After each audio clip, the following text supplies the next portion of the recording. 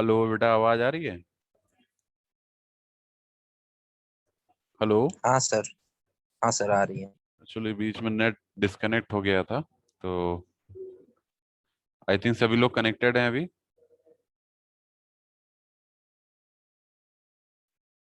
Okay, मैं दोबारा से फाइल शेयर कर रहा हूँ, जस्ट सी। ये दिख रही है सभी को? File file is visible. File दिख रही है बेटा सभी को? Yes hello. सर। ठीक है, कहीं कुछ इशू होगा तो बता दीजिएगा, ठीक है ना? अगर फाइल नहीं दिखेगी तो बता दीजिएगा, ठीक है? तो देखिए, हम बात कर रहे थे, दो सरफेसेस हमने लिया, क्लियर? तो हम क्या निकाल रहे हैं कि हमारा जो नेट चार्ज इनक्लोज्ड है, मतलब पास हो रहा है फ्लक्स, वो कितना पास हो रहा है। ठीक है, we are considering both the surfaces. तो आप ये अगर V1 वाले को देखेंगे, तो यहाँ पे हमारा total number of flux leaving from volume V1 कितना आएगा? कैसे निकालेंगे? कितना फ्लक्स लीव कर रहा है? ये 25 - 10 हो जाएगा। ये अंदर ही है ना V1 के, तो 15 20। Nano coulomb. हाँ, 25 - 10 हो जाएगा, दैट इज 15 नैनो कूलम, ठीक है? क्योंकि दोनों ही चार्जेस हमारे सरफेस के अंदर इनक्लोज हैं। ये दोनों ही चार्जेस हमारे सरफेस के अंदर इनक्लोज हैं। लेकिन अगर आप V2 को देखेंगे, ठीक है, तो V2 के रिगार्डिंग अगर आप देखेंगे तो आपका क्या हो जाएगा? दोनों चार्जेस बाहर हैं, 10 नैनो कूलम भी और 5 नैनो कूलम भी। दोनों ही हमारे आउटसाइड हैं। यहाँ पे देखेंगे तो दोनों ही हमारे आउटसाइड हैं, दोनों ही चार्ज आउटसाइड हैं। और यहाँ पे दोनों ही इनसाइड हैं, ठीक है? तो आउटसाइड चार्जेस की वजह से अगर आप देखेंगे तो total flux leaving from volume V2, volume V2 से कितना फ्लक्स लीव करेगा? कितना हो जाएगा, बताइए? हेलो। हेलो, आवाज आ रही है बेटा? क्लास,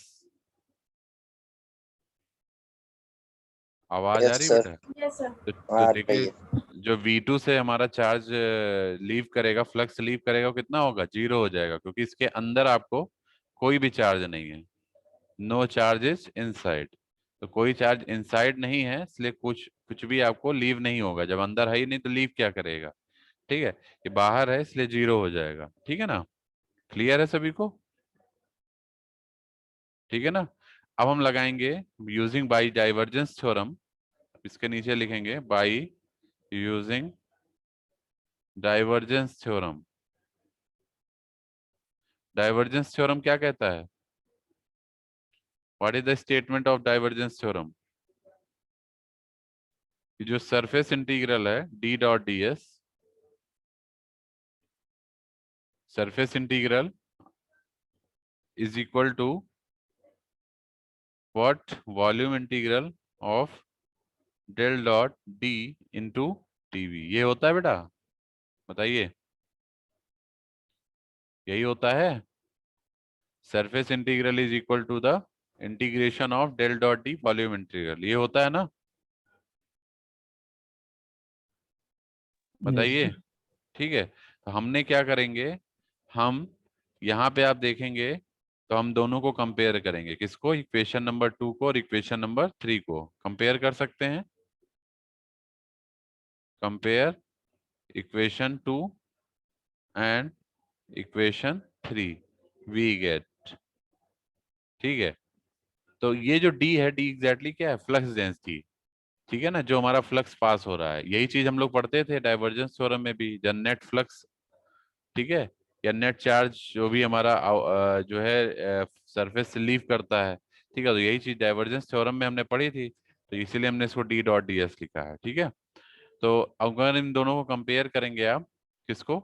इसको और इसको, तो आपको रिजल्ट क्या मिलेगा? You will get what? दोनों का लेफ्ट हैंड साइड सेम है, राइट हैंड साइड इक्वल हो जाएगा। तो कहने का मतलब है कि rho V dV is equal to आ जाएगा इंटीग्रेशन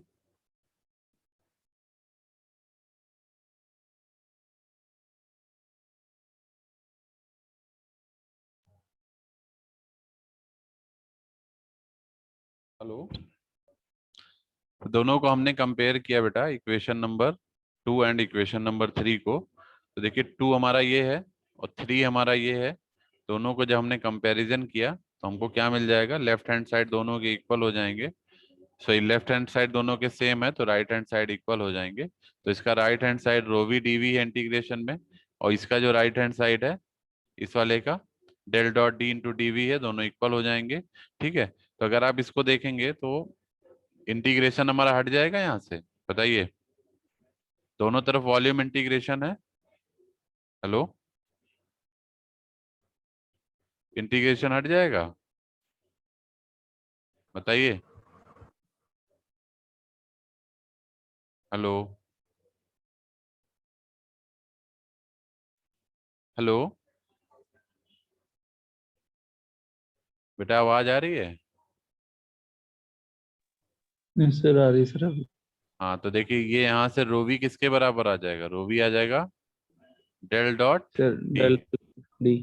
डेल डॉट डी के बराबर आ जाएगा। कंपेयर किया ना हमने सेकंड को थर्ड से, तो देखिए सेकंड में आपका ये लेफ्ट हैंड साइड दोनों में इक्वल है, तो राइट हैंड साइड आपस में इक्वल हो जाएंगे। तो integration rho V D V is equal to integration del dot D D V. दोनों ही वॉल्यूम इंटीग्रेशन है तो इंटीग्रेशन दोनों के कैंसिल आउट हो जाएंगे। ठीक है, तो केवल बचेगा आपका rho V is equal to del dot D. ठीक है, ये हमारा जो है, ये हमारा मैक्सवेल की फर्स्ट इक्वेशन है। Clear? This is what, this is your Maxwell first equation. Are you getting? Hello, getting? समझ में आ रहा है सभी को? ये समझ में आ रहा है बेटा?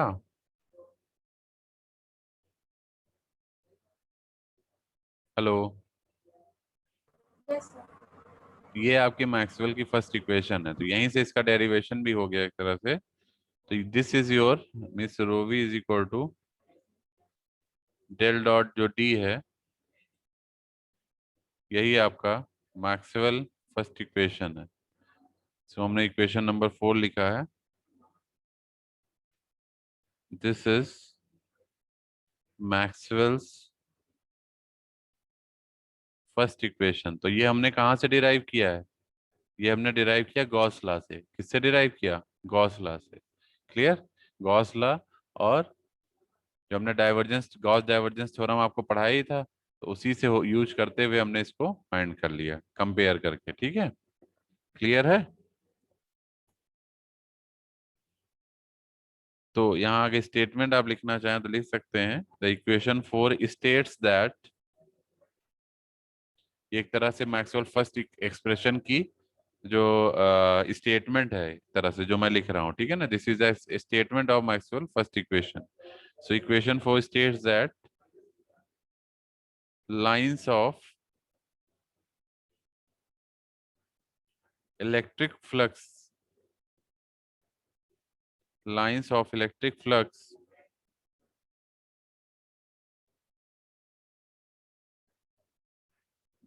lines of electric flux emanate from any point in space, any point in space at which there exists a positive charge density, a positive charge density. Clear? अगर जो ये चार्ज डेंसिटी हमारी नेगेटिव होगी कब, अगर हमारी लाइंस जो electric flux line है वो कन्वर्ज हो जाएंगी टुवर्ड्स द पॉइंट। अगर अवे फ्रॉम द पॉइंट जाएंगे तो पॉजिटिव रहेगा, अगर टुवर्ड्स द पॉइंट आ जाएंगी तो नेगेटिव रहेगा। जैसे कहने का मतलब है, ये हमारा पॉइंट है, अगर इसकी तरफ हमारी लाइंस आ रही हैं टुवर्ड्स द पॉइंट, तो ये जो हमारा ये इलेक्ट्रिक फ्लक्स है ये हमारा नेगेटिव हो जाएगा, और अगर अवे फ्रॉम द पॉइंट जाएगा तो ये पॉजिटिव रहेगा। क्लियर है सभी को? क्लियर है? Hello, yes sir. ठीक है, तो ये हमारी मैक्सवेल फर्स्ट इक्वेशन हो गया। ध्यान रखिएगा, ठीक है। नाउ नेक्स्ट लाइन से एक चीज ध्यान रखिएगा, इस यूनिट में मैक्सवेल इक्वेशंस बहुत इंपॉर्टेंट है। ये कई बार पेपर में पूछी जाती हैं और 100% आता है मैक्सवेल इक्वेशन, ठीक है। तो let us consider the surface of A sphere, the surface of a sphere of radius small r, ठीक है। so the sphere encloses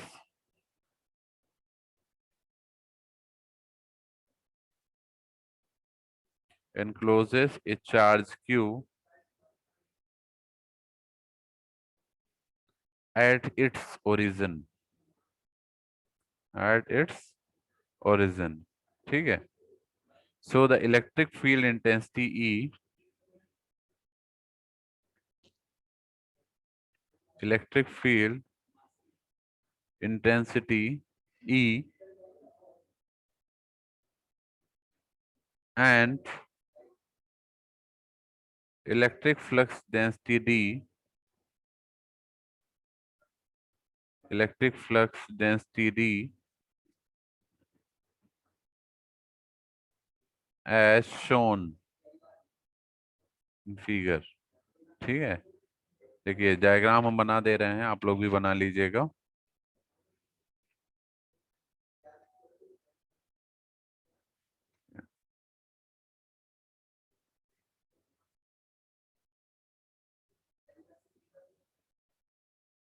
बेटा ये दिख रहा है सभी को, जो मैं शेयर किया हूँ सभी को दिख रहा है कि नहीं दिख रहा है? यस सर, दिख रहा है। ठीक है, कहीं कुछ इशू होगा बता दीजिएगा, ठीक है ना। कहीं वॉइस का अगर कुछ लैग होता है या कुछ होता है दिक्कत तो बता दीजिएगा।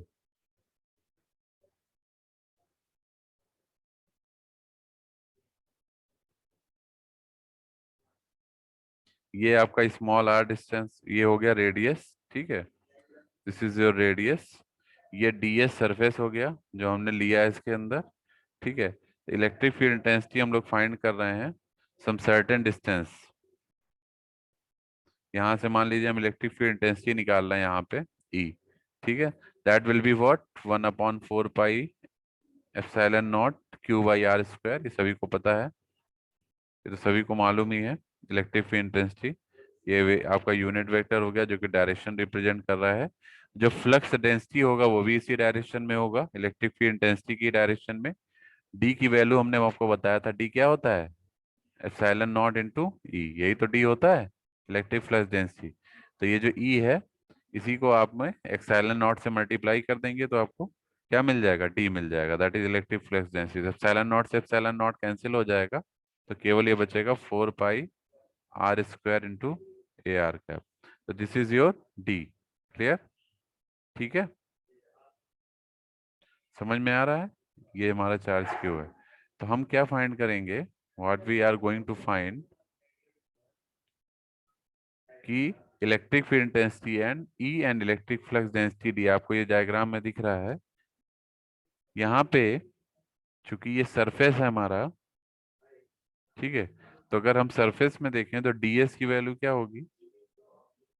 ds बताइए। स्फेरिकल कोऑर्डिनेट सिस्टम में हमने आपको बताया था small change in surface that is ds।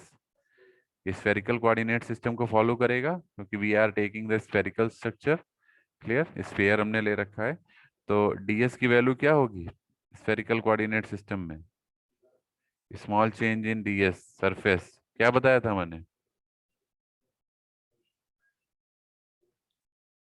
r square sine theta d theta d phi into A R cap, ठीक है। नाउ अब आपको क्या निकालना है? d डॉट ds निकालना है। ये हम क्यों कर रहे हैं? क्योंकि देखिए यहाँ पे आप देख रहे थे यहाँ इंटीग्रेशन में यहाँ पे d डॉट ds आ रहा था तो हम यही चीज फाइंड करने की कोशिश कर रहे हैं, ठीक है ना। इसका दूसरा फॉर्म एक तरह से हम बना रहे हैं, ठीक है। तो d डॉट ds हमारा क्या आ जाएगा? डी की वैल्यू क्या है? D is your this Q upon 4 pi are square into A R cap, ठीक है, into D S. D S क्या हो जाएगा? R square sine theta D theta D phi into A R cap. ये तो समझ में आ रहा है ना, ये हमने कैसे लिखा है डी एस की वैल्यू है? Hello, for spherical coordinate system हम लिख भी देते हैं अगर किसी को कोई कंफ्यूजन। ठीक है, स्मॉल चेंज इन हमने बताया था, डी एस डी एल और डी वी तीनों चीजें हमने बताई थी। तो वही चीज है, क्योंकि सरफेस हमारा स्फेरिकल है तो इसलिए हम स्फेरिकल कोऑर्डिनेट सिस्टम से डीएस की वैल्यू जो है डीएस है इसकी वैल्यू रख रहे हैं। ठीक है, क्लियर? तो डी डॉट डी एस ये आ गया, इसको आप फर्दर सॉल्व करेंगे तो ये आपको मिल जाएगा Q upon 4 pi, are square से आर स्क्वायर कैंसिल हो जाएगा। ये देखिए, आर स्क्वायर से आर स्क्वायर कैंसिल हो जाएगा तो 4 पाई इंटू साइन थीटा, ये साइन थीटा आ गया, into D theta D phi. ठीक है, और ए आर कैप का ए आर कैप से डॉट प्रोडक्ट करेंगे तो क्या मिलेगा? 1 मिलेगा। डॉट प्रोडक्ट हो रहा है ना बीच में, तो ए आर दोनों यूनिट दोनों सेम है तो ए आर का ए आर से डॉट प्रोडक्ट मिलेगा तो 1 मिलेगा। ठीक है, तो आपका सिंपली ये और ये का मल्टीप्लीकेशन मिलेगा आपको। ठीक है, तो Q upon 4 pi are square into R square sine theta D theta D phi, तो आर स्क्वायर से आर स्क्वायर कैंसिल हो गया तो ये आपको मिल गया। ठीक है, नाउ सो अब अगर हम इंटीग्रेशन इसका निकाले, क्योंकि हमें अल्टीमेटली इंटीग्रेशन निकालना है डी डॉट डी एस का।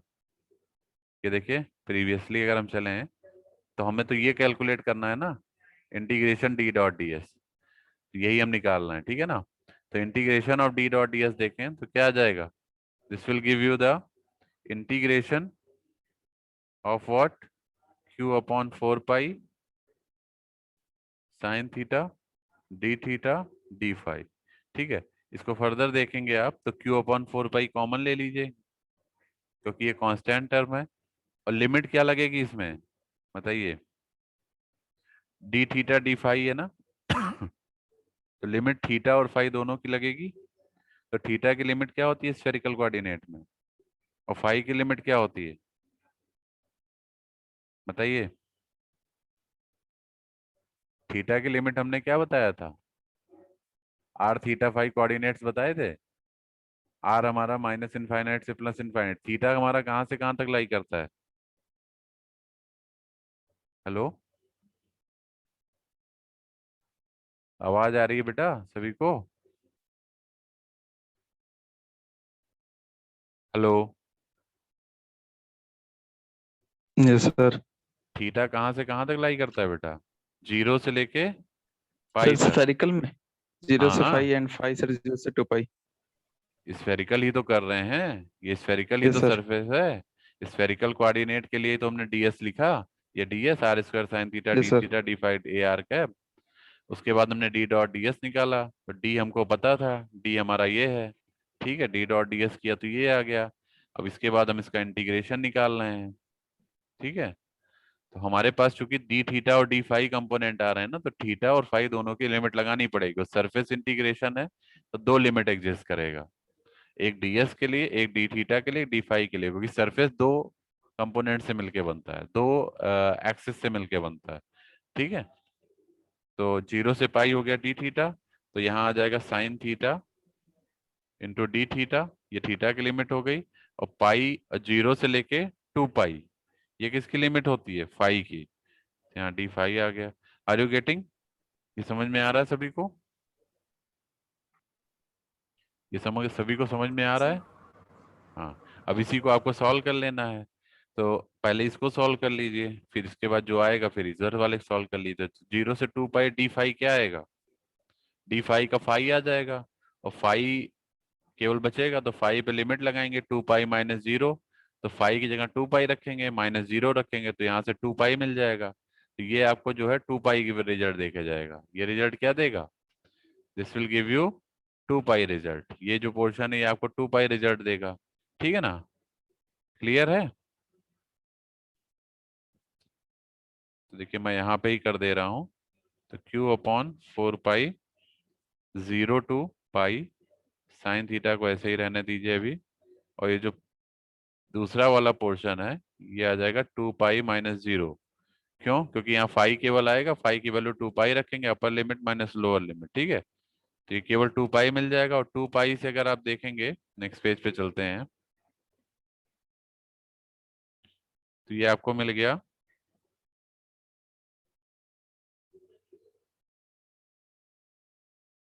Q upon what, 4 pi integration sine theta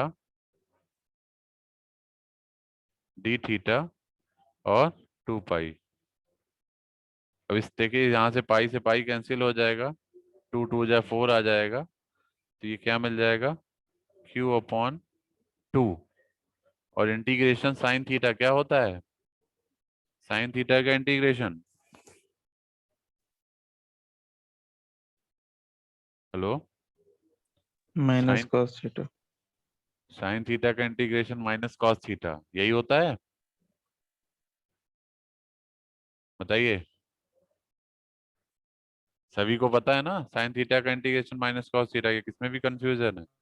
0 to pi limit लग जाएगी, Q/2 माइनस कॉस, तो पहले एक काम करिए, upper limit minus lower limit लगेगा, तो माइनस कॉस पाई, और फिर माइनस आएगा, तो एक माइनस ऑलरेडी है, तो माइनस माइनस प्लस हो जाएगा, प्लस कॉस 0। कितना मिल जाएगा आपको, बताइए। कॉस 0 इज 1, कॉस 90 कितना हो जाएगा, कॉस 180 कितना हो जाएगा, कॉस 90 प्लस 90 माइनस साइन 90, क्यों? हाँ, तो -1, तो माइनस माइनस प्लस 1 हो जाएगा ये, क्योंकि एक माइनस ऑलरेडी है, ठीक है। प्लस कॉस 0 की वैल्यू भी 1, तो ये 2 आ गया, तो 2 से 2 कैंसिल हो जाएगा, यहाँ पर 1 + 1 2 आ जाएगा, 2 से 2 कैंसिल हो जाएगा, तो केवल Q मिलेगा आपको। तो कहने का मतलब क्या है कि D.ds Q के बराबर हो गया। प्रूफ हो गया कि नहीं प्रूफ हो गया, बताइए। मैक्सवेल फर्स्ट इक्वेशन प्रूफ हो गया ये। देखिए, charge enclose by the surface is equal to the surface integration D.ds, बताइए। हेलो, प्रूव हो गया ना ये, जो हम लोग ऊपर लिखे हुए थे, ये चीज प्रूव हो गई नहीं हो गई, देखिए पीछे मैं दिखा देता हूँ। ये देखिए, ये वाला जो हमारा पोर्शन है ये प्रूव हो गया, Q is equal to surface integration D.ds, ठीक है। तो ये गॉस लॉ का एक तरह से डेरिवेशन, एक प्रूफ है, एक तरह से जान लीजिए, this is the proof of the Gauss law, ठीक है, ठीक है ना। आगे बढ़ते हैं, अब इसके कुछ एप्लीकेशंस भी हैं गॉस लॉ के, कहाँ कहाँ हमारा ये यूज होता है। तो एप्लीकेशन भी हम आप लोग को बता दे रहे हैं कि कहाँ कहाँ हम गॉस लॉ को प्रेफर करते हैं, ठीक है।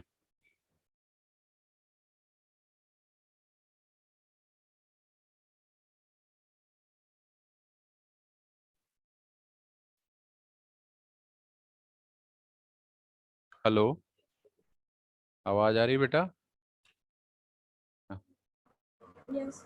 एक्चुअली नेटवर्क बार बार फ्लक्चुएट हो रहा है, इस वजह से बीच बीच में डिस्कनेक्ट हो जाता है, फिर रिकनेक्ट होता है, तो कुछ वेदर इश्यूज हैं, इस वजह से ऐसा हो रहा है।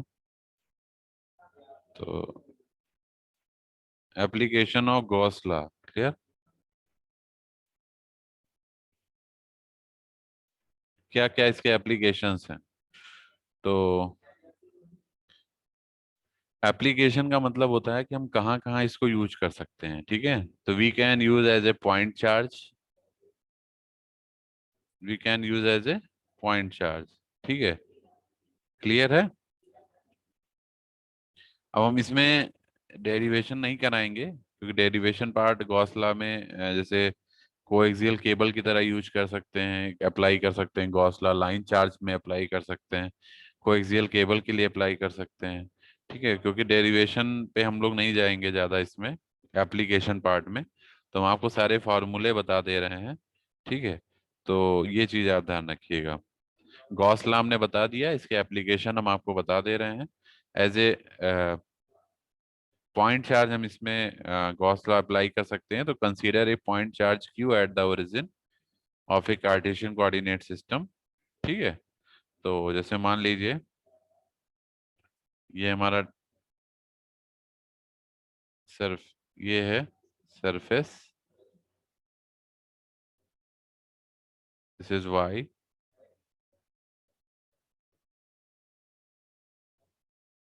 and this is x, y and z, for example. ठीक, this is your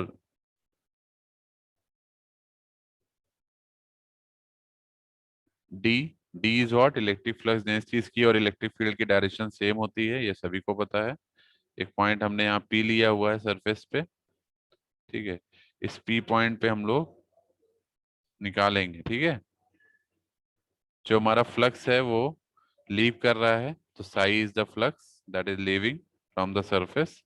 ये आपकी जो सरफेस है ये क्या है, गॉसियन सरफेस। किस तरह की सरफेस है, गॉसियन सरफेस।